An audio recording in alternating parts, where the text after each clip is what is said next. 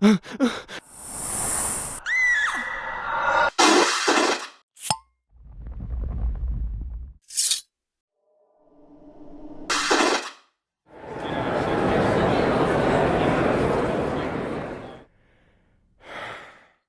and welcome to the Supernatural Track here at Continual. I'm your host, Gail Z Martin, and tonight we are rounding out our discussion of the season finales, looking at seasons 11 through 15. And of course, season 15 had both the season finale and the series finale.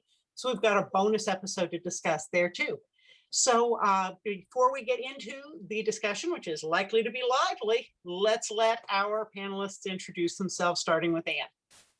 Hi, I'm Ann Wicker, and I came late to the Supernatural universe, but I completely went down the rabbit hole, and I am an unabashed Dean girl.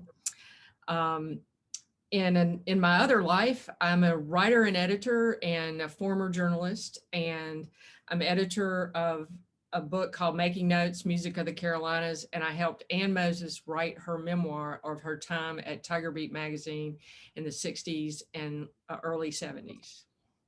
Okay, Alexander? Guys, I'm Alexander GR Gideon. I'm the author of A Web of Crimson. This is the first book of the law from the Shadow Council archives, published by Falstaff Books. My writing style can best be summed up by the phrase, and many people died. And with book number 3, I really live up to that. So hopefully those will be out here in the next little bit. Okay, Melissa? I'm Melissa. I am a fan of the show from the pilot. I watched the pilot live when it aired, and I've stuck through it through 15 seasons. And every year I rewatch from beginning to wherever we are. And because nothing sticks in my head, everything falls out. So that's it. Understandable. Carole? I'm a longtime fan from season 3 to present, and I started writing fanfic in 2012.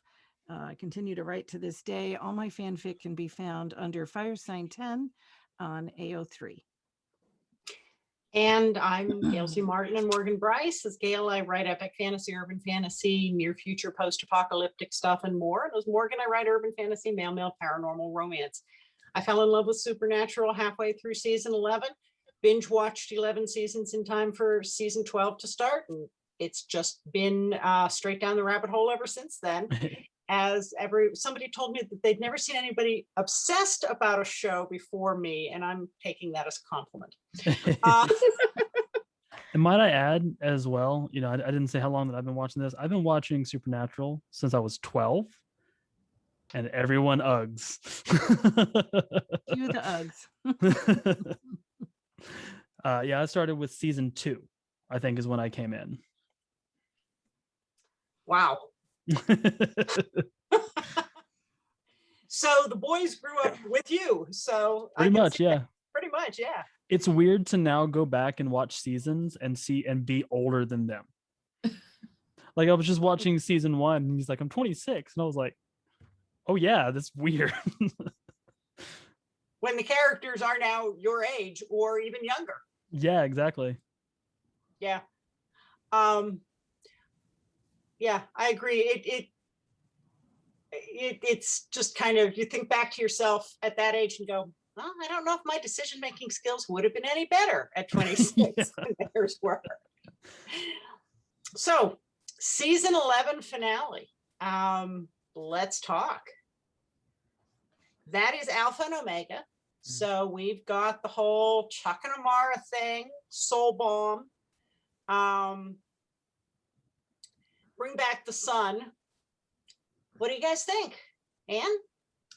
Well, the plan with Dean and the Soul Bomb was really interesting to me because it brought out the whole ghost thing, and that brought Billy back in a weird sort of a way. And, thinking back on it, maybe that's where we might have started questioning Billy a bit. But but I guess the end of that, where, you know, Dean talks Chuck and Amara into connecting, worked for me. You know, I know it didn't really work for some people, but I thought that worked really well. And I was as shocked as anybody when Mary came back.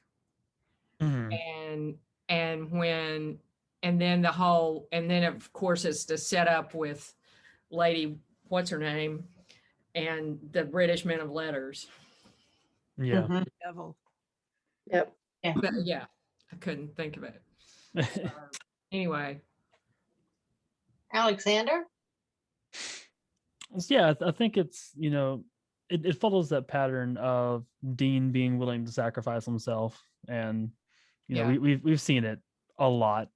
I do think it's interesting that it does show that Chuck is fallible, that he's can be hurt and can, you know, possibly be killed.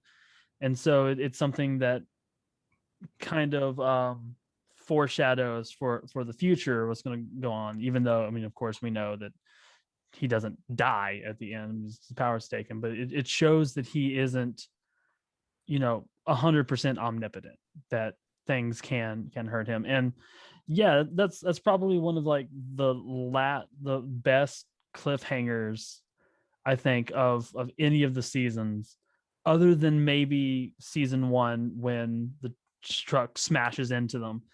Just, you know, and mom's back, bye. You're just like, what? And then you've got to wait, you know, all of that time until the next season comes out. Melissa? On the rewatch, and I just rewatched it this weekend because I wanted it to be really fresh. I kept wondering, was Chuck playing them?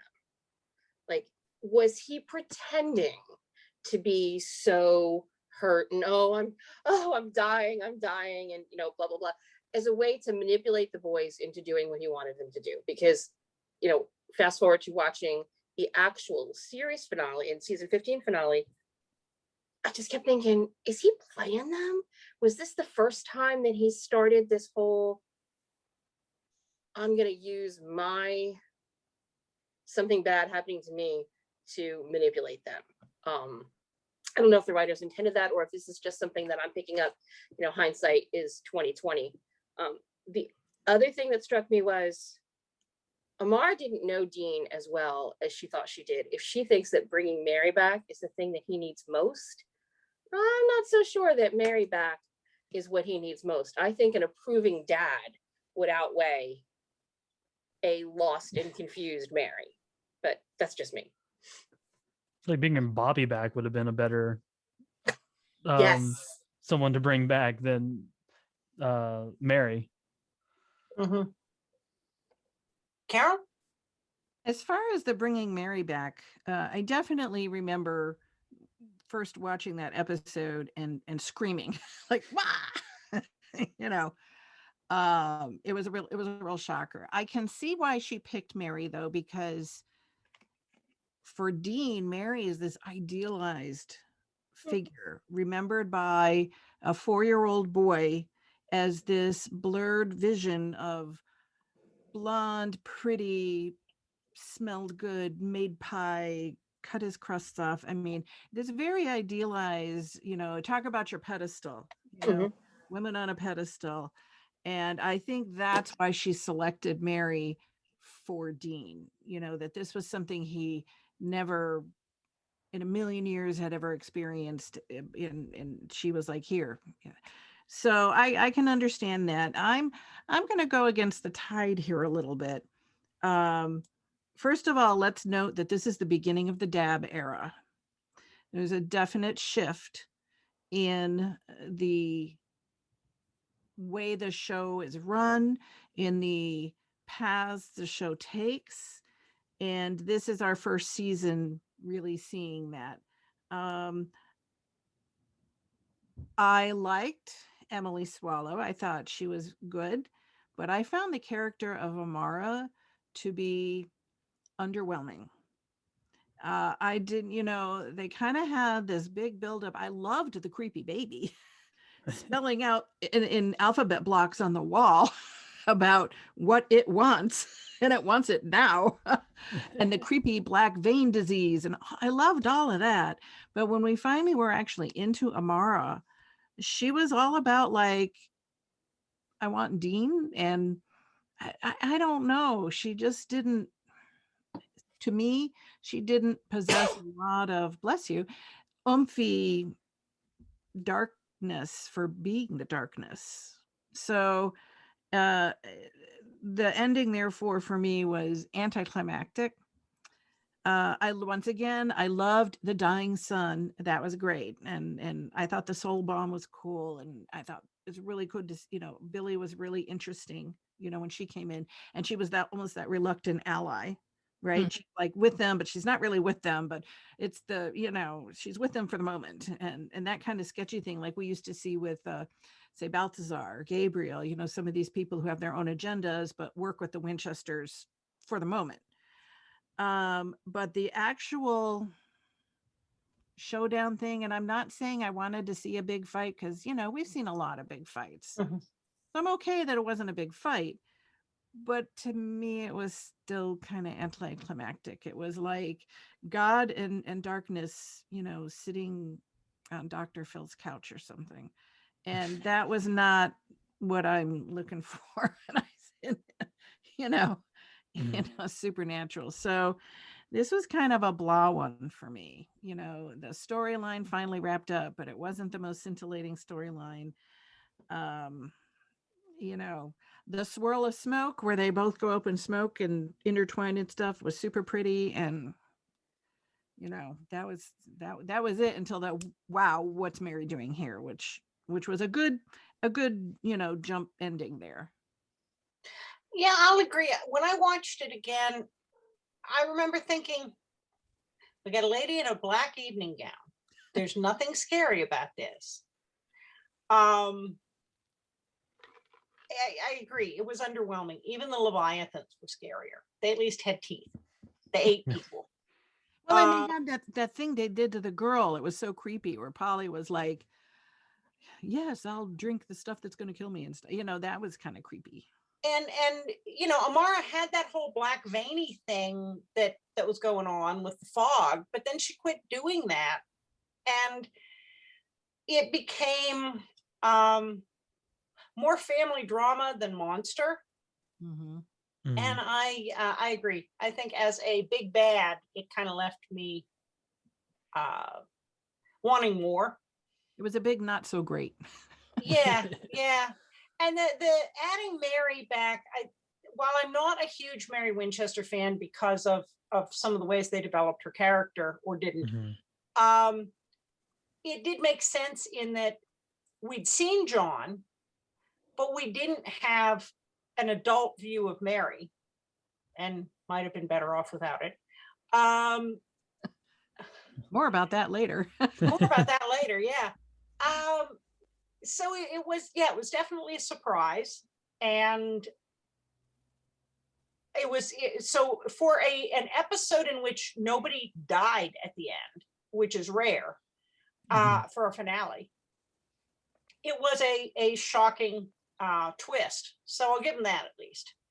On to season 13, and this was British Men and Letters and all kinds of other stuff going on. 12. What do you think? 12. I'm sorry, 12. Yes. Skipped a whole season there. All right. What do you think? I was going to make a comment about, because we're looking at all along the Watchtower here. We've got babies born and people disappearing and Lucifer and Mary and. Well, I got to give them props for using the Hendrix song title. Yeah. Good music. But and it was interesting to see the beginning, developing the apocalypse world. And I was a little bit, I remember watching it the first time and being really confused about when she trails her hand on the truck and then the rift opens. I was like, huh? Really I knew it had to be important, but it was kind of odd just the way that started, and then but then, you know, talk about the previous one didn't have any deaths. This one had a bunch. Yeah. Mhm. You know, but it had the important birth of Jack. So, and then we see Dean going into a tailspin when Cassiel dies, but he's already in a tailspin because Mary's been pulled into the rift by Lucifer. Mhm. It's a slam banger. Mhm. Alex? Yeah, it's definitely a very full season finale. There's a lot that happens, and it's definitely, you know, kind of a foil to Alpha and Omega in that, you know, you didn't feel like a whole lot happened until that very last moment in Alpha and Omega, and you the whole time in this episode you have no idea what's coming next. I think one of the saddest moments though is Crowley sacrificing himself. Mhm. Especially since, if I'm remembering correctly, that was his end in the series, correct?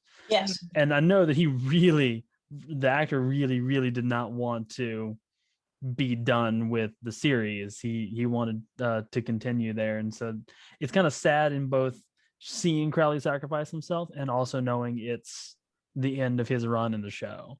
So I Well, I thought that think was one.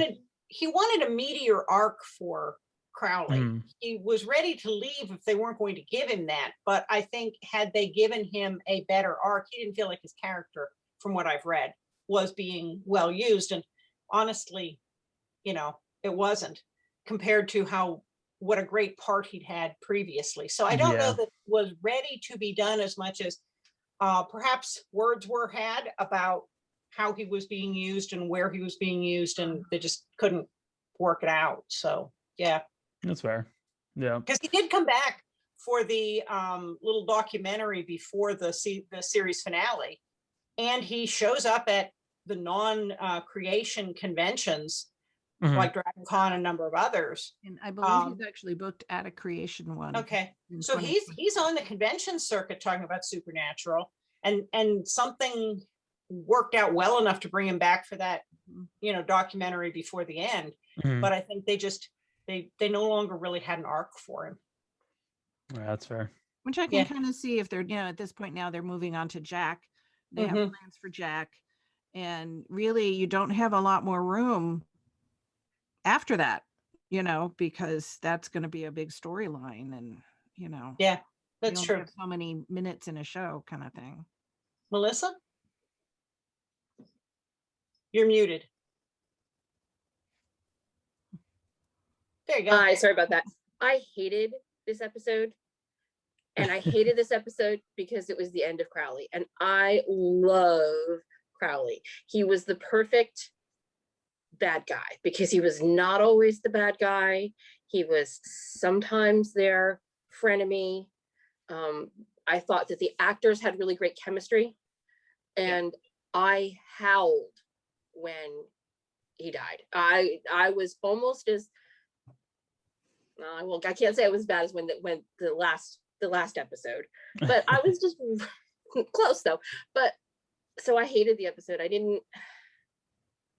The one saving grace for this episode for me was that Mary got taken to the apocalypse world, because I don't really like Mary's character, so I was like, see ya.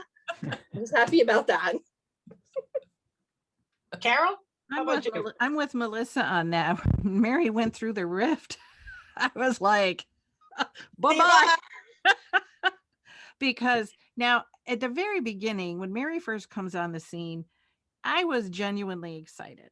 I really was. I was like, there is some real intense storylines we could have here, and their past and all of this stuff going on, you know, whatever happened since we saw the flashbacks where she and John got together and the first deal was made, etc. And man, they must have had oil all over their hands, and they just let her slip right through their fingers. You know, we didn't get anything, and everything we got from her was inexplicable. You know, yes, I understand grieving, you know, that you didn't see your children little, but do you then walk away from the adults? No, you still get to know. Anyway, I digress because that wasn't in the finale. But by the time the finale got here, all of that had happened. And I was like, don't let the rift hit you on the way out, you know? So, and really, this episode, I have my little rating system where it was great, good, pretty good, you know, and this one for me is rated blah. Jack was being born. It took forever. I was like, just have him already. You know, she's going to die. I just, and then the rift appearing and we're like, what? Like, where did this come from? Why? And we get that flash of Bobby, right? We see AU Bobby for a second, and that's like, okay, maybe there's going to be some interesting stuff here, but it seemed so disjointed to the rest of it. There was no real connection in terms of this happened, and now we're going to take this right into the AU. And I was once again underwhelmed, and so yeah. That was a blah from me. It's interesting because when I rewatched the season, the first time through, I was very impatient with Kelly Klein. I thought she was past the point of naive to think that as a staffer, she was going to sleep with the president and he'd marry her. I mean, what century are you living in, Curly? She just seemed to be a little Pollyanna for the whole thing. And yes, my baby will be good. And I was like, girl, wake up. I disliked her less on a rewatch because now we understand that contributed to Jack being good because she believed in him being good. She was wearing the nightgown of doom in that last episode, so we knew she was dying because every time a woman shows up in the Granny LL Bean nightgown, she is dying. Never order one of those. They're dangerous.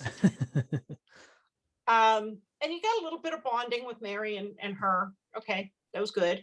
I'm with you on Mary. If we'd have seen all the schmoopy stuff that we saw in Mary's finale episode earlier, we might have liked her and minded when she died, but I digress. It took me a while to warm up to Jack. I think Alex Calvert did a fantastic job with the character, and he had good chemistry with Jared Jensen and Misha. And I thought that as the show went on, his character got a lot of depth. But when they introduced the character, I'm sitting here going, really? This is Cousin Oliver all over again, if you remember the Brady Bunch.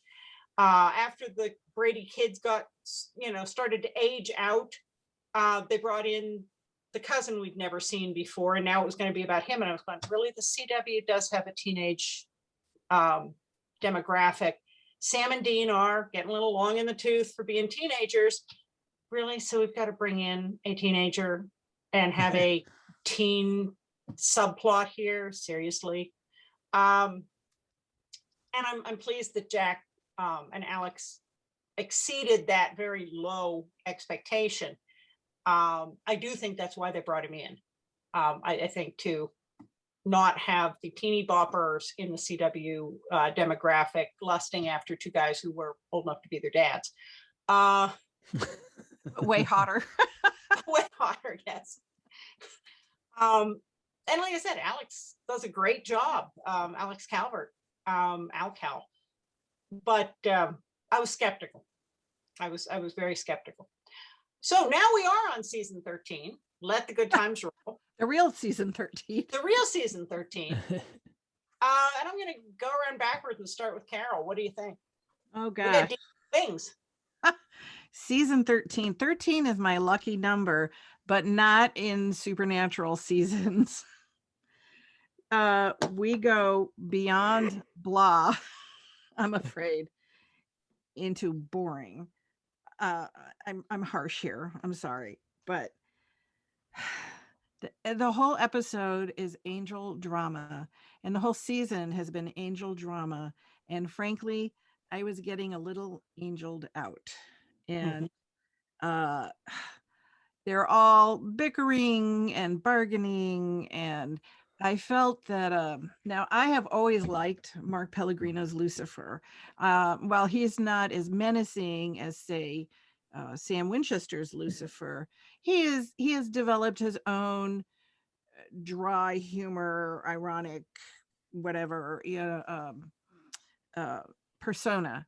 And I just felt that here, even that was not really coming out all that much. Everybody was whining and complaining, and I did find the moment where Dean takes Michael on and says yes, definitely a stirring moment. Absolutely. I mean, Jensen nailed it. We get that lovely moment where he's taking the deep breath and the wings are out, and I mean, then that's a stellar moment. That's a 12 out of 12 moment. And then we go into the fight, and Melissa's hiding. I don't even know what to say about it. It was so, The you tribe. rarely see me like get this down on on something in Supernatural, but that fight was so misconceived. And I do think both Jensen and Mark Pellegrino gave it their all. They did not hold back. They did what they could with it, but it was laughable, just laughable.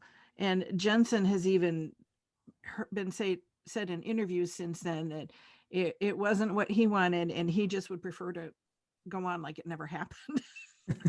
And when you watch it, you can understand why. So to have that be this, I was ready for a fight. Give me a fight, that's fine. But the aerial shenanigans was not good. Not good. So now we did get a final moment that was lovely, which was, here we have, Michael walking around in his Dean suit, and he's got the the snazzy outfit on, as The they Peaky Blinders look. yeah Yeah. the Peaky Mhm. Blinders look, and then the blue eyes and stuff, and that was great. So at least you leave with a good taste in your mouth. But this episode was in my book. Melissa? Ditto. Just ditto. 3 words for this episode: worst fight ever. As much as I love Jensen, and some of you know I really do love Jensen. As much as I love Jensen, even that Peaky Blinders, God, he looks amazing, and you can tell that he's Michael and not Dean. Absolutely. You really can. Even that bit of beautiful acting and pretty face doesn't take away from worst fight ever. Okay. Alexander? Honestly, this whole episode was just, other than that last moment, it was kind of disappointing in pretty much every way. It just, most of the episode, you didn't have that feeling of this is the end of a season. Like, honestly, it felt like it was halfway through the season, not the end of it. It was just one of those episodes that could just have been followed by anything, and didn't really, except for establishing Michael, having Michael in Dean's body now. Honestly, half of that could have happened in the middle of the season and have been fine. Like, it didn't feel final enough. It didn't feel like a finale to me, and that was really my issue with this whole episode. Okay. Anne? Well, I'm sort of dittoing on Carole too. I just remember the first time I saw Dean with the wings, it was just stunning, absolutely stunning. And then it just went downhill, uphill, I suppose. Anyway, it's yeah. Whoever thought that was a good idea should have been fired on the spot. But it just, anyway, I'm not a huge fan of Pellegrino, although I think he did a good job with Lucy. and the ending, you know, but I've always been sort of, you know, this was AU Michael and not Michael for the supernatural, the regular world in Supernatural. And so that was interesting to me to think about what Dean might have been like if it had been the real Michael, as opposed to this, well, evil Michael, I guess. But yeah, and I also agree with Alexander that it didn't seem like except at the very end, it didn't seem like a finale, you know, because at the end, when Michael takes Dean back over and he screams, "We had a deal," you know, that gets you like, okay, this is going to be the cliffhanger. And, you know, how is Dean going to get the angel out of his head? But it was really a weaker finale, I think. Mm-hmm. I always think of that fight as the Cirque du Soleil fight. Because Dean and Lucifer, Dean and Michael Cirque du Soleil version. Yeah, as fights go, that sucked. And there were some good moments in season 13 and some good episodes, but I was very tired of the Angels and Demon War and Thread and Arc, and oh, for God's sake, go away, or for Chuck's sake, or from whoever's, go away and give us some more monsters, give us something better. I was really tired of the Angels. And I thought that the idea that we finally got to have Dean accept being Michael's true vessel, one of the reviewers referred to that as the longest wait to fire Chekhov's gun in any show ever. You know, the whole comment about if you see the pistol over the mantle in the first act, someone needs to shoot it by scene 3. Well, it took them 13 years, which I can respect. I thought it was gut-wrenching when, you know, Dean's "we had a deal." That was really gut-wrenching. And the look, you know, Sam had been so happy. The two brothers were like, we did it, we're still here, we're alive, we just killed Lucifer, this is so great. And then Sam is so crushed to realize what's happened. And so that is less on the writers and more on Jared and Jensen for just inhabiting their characters so thoroughly. The best thing for me about the whole Dean Michael arc as we're going into season 14 is that Dean never understood why Sam was so upset about the whole Gadriel thing. He'd never been possessed before, and he didn't really understand the violation. And so once Michael possesses him and takes away his will, and he can see what he's doing, or as he talks about later, drowning, he finally gets what Sam was so angry about. And just like he finally got with the Mark of Cain what Sam was really fighting with the demon blood addiction.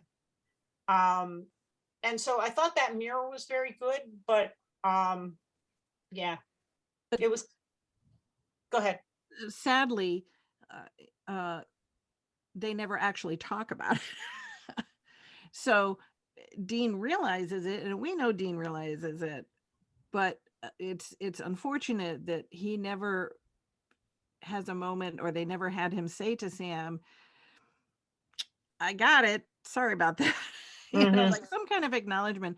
But it's also like, you know, they never, Sam's, you know, time in the cage is very rarely acknowledged at all. And I mean, there's a lot of these things where they just kind of put the blinders on and move on. And we never got the voicemail fixed. Yeah, you know, we got to move on to a degree. But on the other hand, you have these things that have happened and actually would serve to make your characters even richer, more layered, more in-depth and understandable.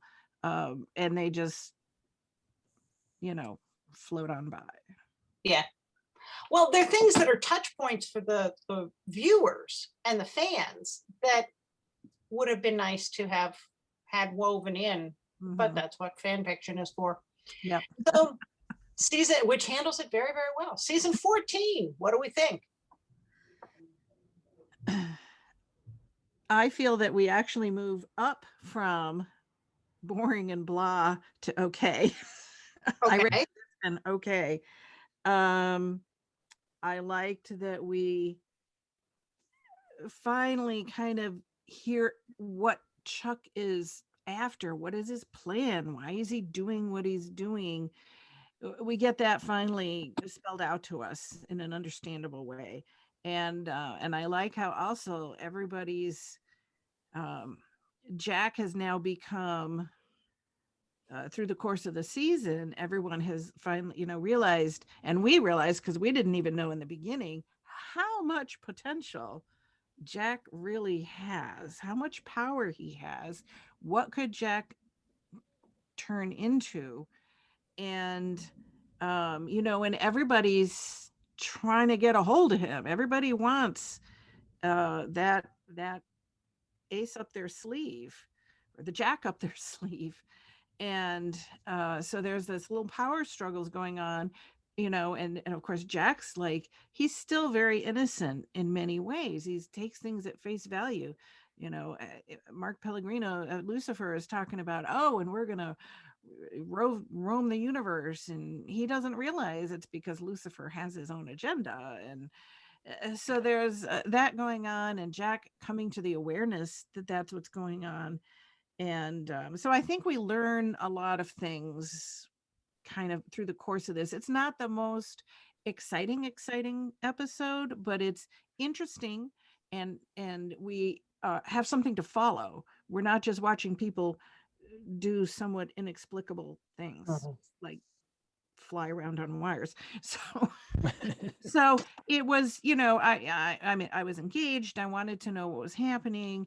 I wasn't on the edge of my seat, but it was definitely more thought-provoking than the last couple of seasons. Anne? Well, I found it intriguing. I thought that Alex Coward did a really good job with Soulless Jack and Jack, snapping his fingers, and nobody could lie. And it was hilarious. And Dean walks up and says, to the girl, he's trying to tell her he's from the FBI, and he's, and then Sam's favorite singer is Celine Dion. It's hilarious. It was Celine Dion, wasn't it? And but then you have Chuck coming in, and we're like you said, we're learning more about his agenda, and then he plunks down this gun that's doesn't really have any bullets, but we don't know that yet. And he's all about the manipulation, and he's trying to manipulate Sam and Dean into the Cain and Abel thing, and says that, I think, at one point. But he's also, I think that's where it, on rewatch, to me, that's where you figure out that he's really afraid of Jack. And that potential that Jack has. Okay. Alexander? So I think that it's actually really interesting that you have that moment where in the cemetery where Dean is, confronting Jack, and he's got the gun, and he can't bring himself to actually go through with it. And I think that's interesting because of a lot of what happens in the next season. And you have this moment where, like, he has the gun, he can end Jack, but he can't do it. And then later on in the next season, you've got him where, like, oh, you're not family, and that horrible moment and everything. And you're like, it makes those moments in season 15 just not ring true. But in this finale, it seems more what you would expect out of Dean in that moment. And of course, you have that moment where God kills Jack, and Sam tries to kill God and can't or doesn't actually like complete the job there. And then those last moments, you know, when you see, you know, Jack in the empty with Billy and God just being done, having that moment where he's like, I'm done, I'm going to end everything. And kind of, and that foreshadow was like, I'm going to end everything, knowing that the next season is going to be the end. So it's, you know, them telling you what's coming, that the end is coming. I already thought that was interesting. Melissa? Make sure I'm not on mute. This finale had one of my favorite lines from Dean. They're at the cemetery and he's refusing to kill Jack. And he looks at Chuck and he says, God or no God, you go to hell. And that was to me such quintessential Dean.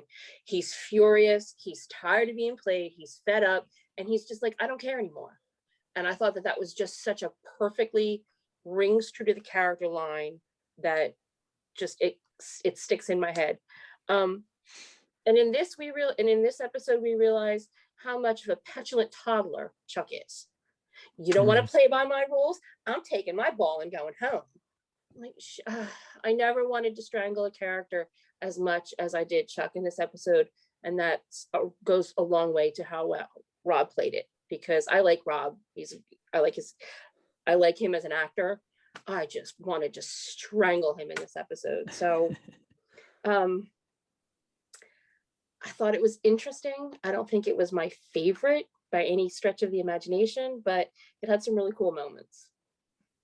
I thought it definitely gave us a great cliffhanger that, you know, Jack's dead and now they're in a shadowed cemetery getting attacked by zombies, and we don't know whether they're in this world or another world, and God's out to get them. And so I thought that was, as cliffhangers go, one of the better, more recent cliffhangers. I do think it's funny. I had seen a comment by Jensen at a convention or in an interview early on, where I think somebody asked if they ever had any second thoughts about any of the scripts, and he said, well, he and Jared were very uncomfortable with Houses of the Holy, and they sat down with Kripke and said, you know, this isn't going to turn out to be some sort of mouthpiece about, you know, views on religion or something like that. I really don't want to be used like that. And then I think, and then we have season 15, let's go kill God. And I'm thinking, I hope you got over that discomfort somewhere in there, because boy, did they go in that direction. And, you know, 15 years is a long time to grow up and have your views kind of change and evolve. But I do have to snicker about that with the whole, well, let's just go kill God. Season 15 gave us a series finale, a season finale, and then a series finale. What do you think about that season finale in season 15? Anne? Well, I was just pondering some of it felt okay. I'm not sure I bought Sam and Dean going to Chuck and saying, we'll do it, we'll kill each other. I wasn't really sure that I bought that.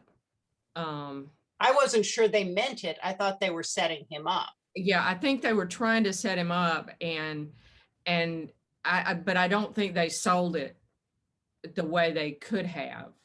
And then the whole thing about them, you know, Chuck just snapped his fingers and everybody was gone, and the whole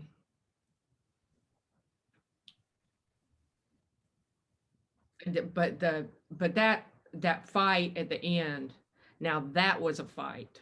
You know, where Chuck is you know, little Rob is in there with the two big guys, but they're getting beat all to hell, and yet they're stronger together.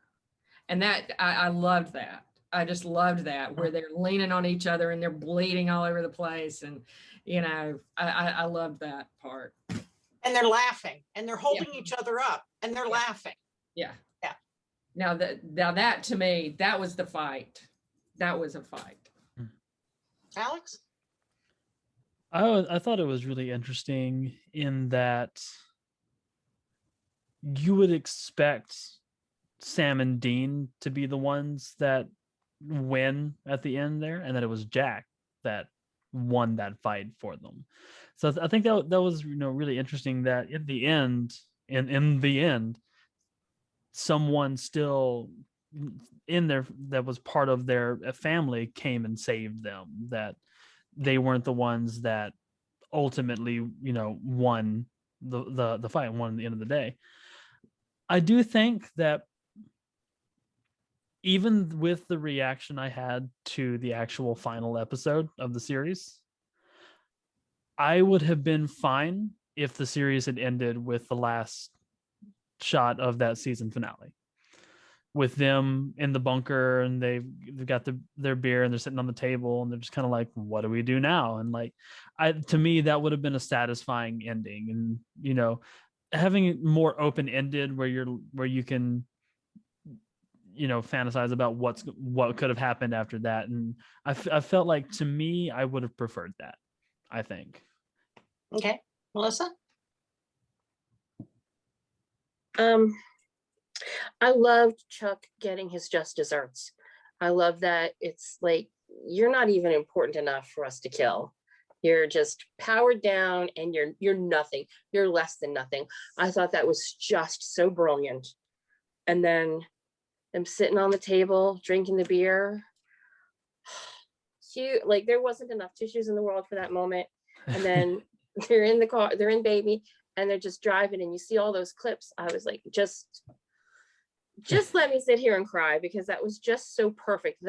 Those moments to me were love letters to the fans. Mhm. And I really appreciated those moments. So that, to me, it was my favorite part of this finale. Mm-hmm. Carole? I concur that it was a hoot to see Chuck beating up these two large men. He had to have fun with that. and I liked that Jack was the one to come in and end it, and that was their plan. They were the tool for it, but Jack was because it was kind of the whole, we're passing this on. We're wrapping it up for us. We're done. And we're, not that they weren't still going to hunt, but the big shit is over and they're passing it on to him now, and this, and do we see Jack walking around on the street, or is that okay? Yeah. So, and I loved that scene where he's just walking around on the street and everybody's back and things are happening and he's just like, I thought that was really, really nicely done. And for the end of it, they're sitting there, like you say, having the beer, and we get all the clips and stuff. And I'm sitting there going, what else are they going to do? Like, this is it. This is the ending. I could not see another thing and I would be perfectly happy with this is the ending of the entire show. So I was really, I loved it, but I was also like, really, what do you do after this? So that was very, very interesting and intriguing. But I thought this was a wonderful, episode. I thought it was a really great wrapping up of the season storyline. Very satisfying. Like Anne said, that was a fight. It was just really, really yummy all the way around. Yeah, I agree. I loved the episode. I mean, I did wonder during the fight with Chuck what happened to God being omniscient, because tricking him shouldn't have worked unless Jack was able to do it because he was Jack. I know some of us worried a little that after the show had belonged to Sam and Dean for 15 years, was Jack going to get to save the world and take away their victory and their agency. At the same time, they were fighting God.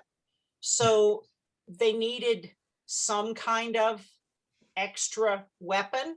And I think they balanced it so that Sam and Dean played a major part in it, and Jack just kind of came in and sucked Chuck dry at the end. Neither So it one could didn't- have done it by themselves. He needed Right. the Winchesters needed him. So it was like you say, very well balanced. Nobody was like, Yeah, it didn't take, I didn't feel like it took away from their agency and short shrifted them after all these years.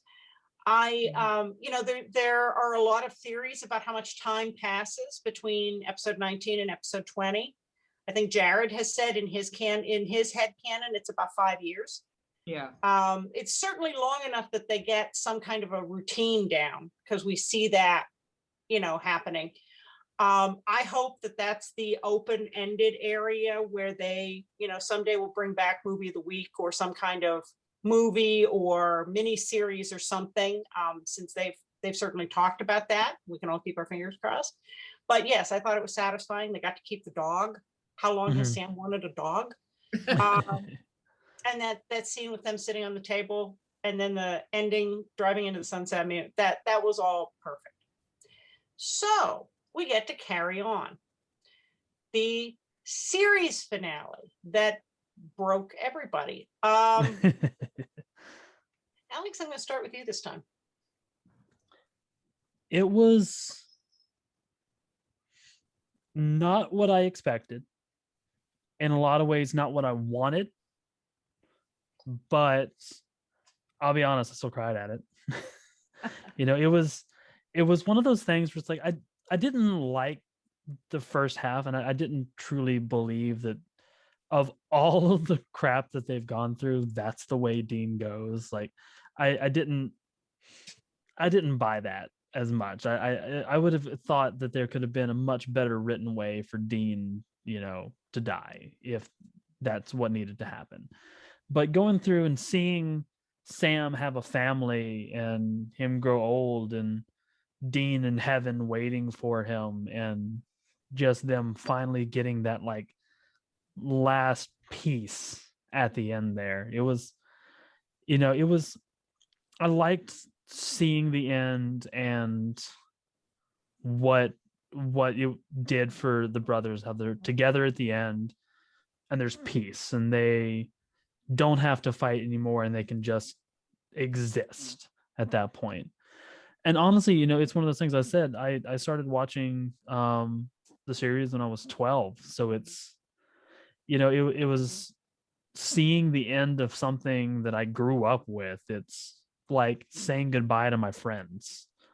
And that was the part of the episode that I think was hard for me, is less what happened and more knowing that it was the end. This was going to be the last that we're going to get. And it was just, that part was hard. It was hard to get through. And, I always, me and my fiance, when we watch Supernatural, we say, we're going to put on our friends. That's what it is. Because that's what I feel like. I feel like I'm seeing my friends again whenever I watch Supernatural. And so seeing the end of that and having to say goodbye was hard. Mm-hmm. Anne? Yeah, that it was hard for me. And I know this is not really a popular opinion, but if one of them had to die, it had to be Dean. Because Dean could not live without Sam. He just couldn't. And Sam could live without Dean. But I think that for me, the routine hunt, vampire hunt, it had to be something routine. Mm-hmm. I think it just couldn't, they'd gone through all these spectacular things, but, and it was a mirror to me, and I think this has been talked about, to the Cold Oak when Aldous Hodge stabs Sam and he dies. It's kind of the same injury, but it just, I'm going to tear up again just talking about it. But it really it had to be that way. And I really enjoyed seeing Dean Jr. or whatever, and that Sam, and of course there's endless speculation about who the mother is. This is Brewery Woman. but but all in all, I don't think I could have taken the sort of spectacular thing that they had planned before the pandemic. Mm-mm. I don't think I could have taken that. I Yeah. mean, it might have been fun, but even Chad Lindbergh and Samantha Ferris, Ellen and Ash said that even before the pandemic, they were not invited back. And yet they talked about it was the Roadhouse. That's weird to me. Yeah, I agree with you, Anne, that I think that they'd already fought God. They'd fought all the big bads. And what it reminded me of are those tragic stories you read about in the news where the guy comes home from 3 tours of duty in the military and he's survived all of this. And then he gets hit in a car accident Yep. 2 miles Yeah. from home, or, gets shot by a mugger at the convenience store. Yeah. And it happens. That's what often happens. So that to me felt very real. And they knew that continuing to hunt still put them in danger. Maybe they got a little cocky. They no longer had Chuck's extra luck. They only had their own skill. And, or maybe if Chuck's extra luck was actually ever real. And so to me, I thought that having it just be a regular hunt gone wrong, like it could have any time, felt very real to me. I loved the whole discussion between the 2 brothers, and so many mirrors and circles there. And I thought they did a great job for once of canon consistency and going back and mining the original episodes for that. Jensen has said, somebody asked him what he thought would have happened if Sam had died and Dean had lived. And he said Dean would have wasted away in the back of a pool hall. Dean wouldn't have, whether or not Dean would have killed himself, but he would have stopped living. And I think that's pretty true to the character. And then seeing them actually get their heaven, and having Jack and Cass have fixed heaven so that it's not just a replay of memories, but you actually get to live on there, was a wonderful touch. And so, as heartbreaking as it was, I liked it. I was in shock when it happened, but the longer I thought about it and revisited it, I liked it. As I say, endings are hard, but nothing ever really ends, does it? I loved it. I absolutely loved it. From the day-to-day routine that they showed us to the pie festival and the little comic moment where Sam finally kind of gets Dean back, because Dean's always getting Sam. And there's a similar major death scene like that in Buffy. So when I saw that rebar, I knew, I knew right away. But I thought that was absolutely in character with their entire lives. Every hunt they went on, they could have died, and some hunts they came real close, and sometimes they did die and they came back. Yeah. So to die, a lot of people were like, oh, how could they die with just like this thing just happened? Because that's how it is. Nobody sets out to break their leg. You slip on a piece of ice and you think, gee, I wish I could have played that 30 seconds back. Well, that's how it is. In 30 seconds everything changes. and that's what happened. And, Dean never stopped being the big brother. He's leading Sam to accept the fact that Dean's dying. Sam's like, I can't deal with this. And Dean's like, yes, you can. And he walks him through his own death, and everything about that barn scene is absolutely gorgeous. And a lot of, we're talking about the mirroring and stuff, and a lot of that is from Jared and Jensen. That was them going and saying, what if we do this? Can we add in this? Let's do that. They went back to their roots of that first episode and the end of the first season even, and brought those things in. And that's what gives it such a beautiful, even as we're, crying madly because Dean's dying, a beautiful sense of closure, just beautiful. And then, so, of course I started crying as soon as, anything was happening. Cried all the way through, the rest of Sam's life. Cried through Dean being in heaven, and having Bobby there to greet him was so perfect. So Real Bobby, not AU Bobby. real Bobby. Yeah. Yes. And that's it. That's all they needed. They didn't need anybody else. In that rocking chair, he said he would kill them if they put him in. That was beautiful. And the whole thing, where Dean's driving and here's Sam, and Dean's driving and here's Sam, and Dean's driving. The timing is beautiful. And, and the thing is, yes, Sam grieves his whole life. He goes in and sits in that Impala, cried more, when he's like putting his hands on the wheel and he looks over and the seat's empty. But at the same time, he did enjoy, he had his son, and he clearly enjoyed being a father to this son, and moving on with his life as best he could, until the son's like, okay, I'm all set, Dad, go. I know you want to be there, so go. And when Dean's standing on that bridge and you just see his face change, and even before they pan back and you see Sam, his face changed. Oh, I'm sorry.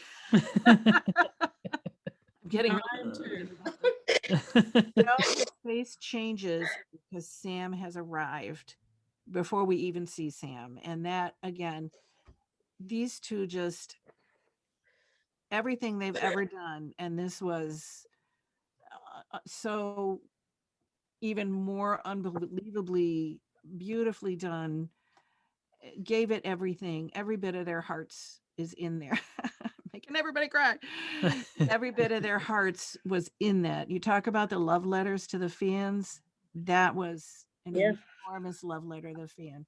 They didn't leave any scrap of themselves outside of that. And it's stunning. It is stunning. Melissa? Thanks. I gotta follow that. Sorry. Thanks, Carole. I loved the beginning. It was like a little bit of curtain fic. I loved that. It was just so, it was like, yes, there's what we've been looking for. That's just a little bit of slice of everyday life. I love that. Was a great way to start. I don't think that it could have been Sam to die, because Sam was built to survive. Dean raised him. So he was gonna be okay without Dean. Dean raised himself. He didn't have anybody. So it made sense to me that Dean was the one to die, even though I'm Dean girl all the way through. I don't dislike Sam, but I'm a Dean girl. I can't help it. The rebar made so much sense, because if it had been fighting a big bad or something other than just pure rotten luck, Sam would have blamed himself. The end of his days, he would have been torn apart with guilt. This was just an accident. They were fighting. It was just a bad moment. He can't feel responsible for this. And so even though I hated it, I loved it because it made really good sense. I wonder how much of the conversation there in the barn was ad-libbed or created by Jared and Jensen, because when Dean says, always keep fighting, that was Jensen talking to Jared. That wasn't Sam talking to Dean. I'm sorry. Mhm. And it just, that was the moment that broke me harder than anything in this show ever. And he said that because it just felt like, there for that beat, that's not Sam and Dean, that's Jared and Jensen, and they've been friends for 15 years, and they have to figure out how to separate their lives now. I love this episode, and I'm gonna stop talking now. Yeah, I agree with all of that, and I thought it was beautifully done. And circling back around to even give us Dean's perspective on the pilot, that he'd spent hours outside, scared to death that Sam would just send him away and never want to see him again. And Sam's face when Dean says that, that last bit of miscommunication to be cleared up. Yeah, I thought it was brilliant and beautiful and heartrending. And I'm sticking to the whole nothing really ends, does it? And hoping that we get a little more of this. But if we don't, I'm okay with what they've given us, because they've given us a lot. Well, folks, I know we ran over on this, but It was worth it. it was worth it. Thank you so much for being here. Lightning round to tell everybody where to find you online, starting with Ann. You can find me on Facebook and Twitter under Ann Wicker. Just search the name, and on Instagram at ann.wicker2. Alex? You can find my website, alexandergideon.net. It's got links to all of my books, all my social media. On Twitter, I am at Alexander Gideon. On Facebook, you can find me Alexander GR Gideon, and on TikTok as Alex Gideon Author. Melissa? You can find me on the Your Supernatural Facebook group, just chatting away. Carole?